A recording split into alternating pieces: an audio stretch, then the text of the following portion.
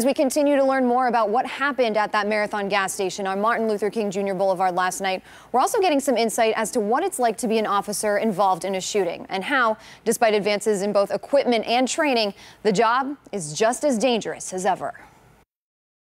In the year 2018, law enforcement officers have better equipment and training than ever before, but still, the streets are still a danger to every officer out there. the streets of Fort Myers proved to be a danger to 29-year-old Adam Jobbers Miller Saturday night, when sources say he was shot in the head at this Marathon gas station on Martin Luther King Jr. Boulevard. Policing in general is a dangerous profession, and over the years it has been increasingly getting more dangerous for the officers. Walt Zalisco, a former police chief, says while he was in the force, he dealt with members of his own department facing similar situations to Officer Jobbers Miller, shot in the line of duty. When you have an officer who is injured in a line of duty within your own department, you get this feeling comes over you that how can this happen in our town? How can this happen to our officer? And also a feeling of worry. It's very traumatic for the entire department, especially, but also for the entire law enforcement community. Officer Adam Jobbers Miller has been working for the Fort Myers Police Department since September of 2015. When a young officer is patrolling a high crime area,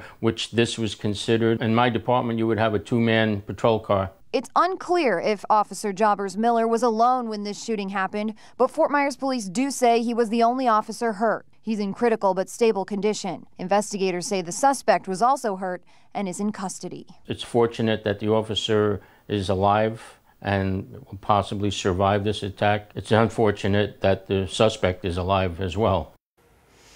Now, Fort Myers police say the family of Officer Adam Jobbers Miller is by his side at Lee Memorial Hospital right now. And coming up in the next half hour, we're breaking down the recent officer-involved shootings right here in Southwest Florida, which have either hurt or taken the lives of these officers.